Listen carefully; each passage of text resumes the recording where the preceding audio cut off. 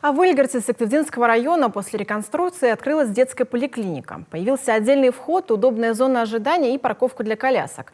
Время приема значительно сократилось. Евгений Стокас в очереди не стоял.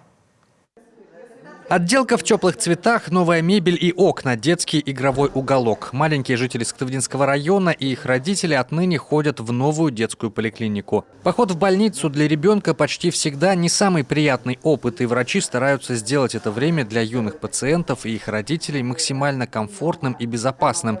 А теперь, как говорится, и стены помогают. Здесь было, конечно, некомфортно, неудобно. Стоял старый диван буквально на 3-4 посадочных места. Остальные дети вынуждены были заниматься или бегством, или какой-то ерундой. Сейчас есть интересные места, где посидеть, где заняться делом. То есть, мне кажется, не будет беготни и, соответственно, травматизма меньше будет. Это если ждать приходится вовсе. Детская поликлиника теперь работает по принципу бережливой. Время ожидания приема минимизировано, а записаться на любую процедуру можно по телефону, онлайн или здесь же через инфомат. По записи стало намного удобнее, можно распланировать, прийти спокойно, тебя по времени принимают и вовремя все делают. Намного удобнее, все отлично стало.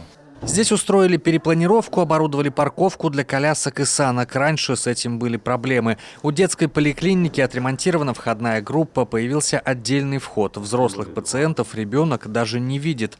Гардероб тоже новый, а регистратура отныне открытая. Детям интересно, достаточно места.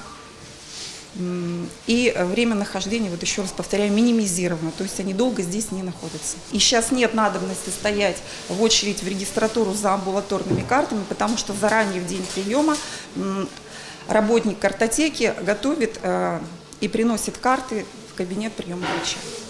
До этого, признаются работники, мамы бывало часами сидели, чтобы попасть на прием к педиатру. Теперь эти времена позади. А устроить преображение получилось благодаря субсидии по региональному проекту без малого в 3 миллиона рублей.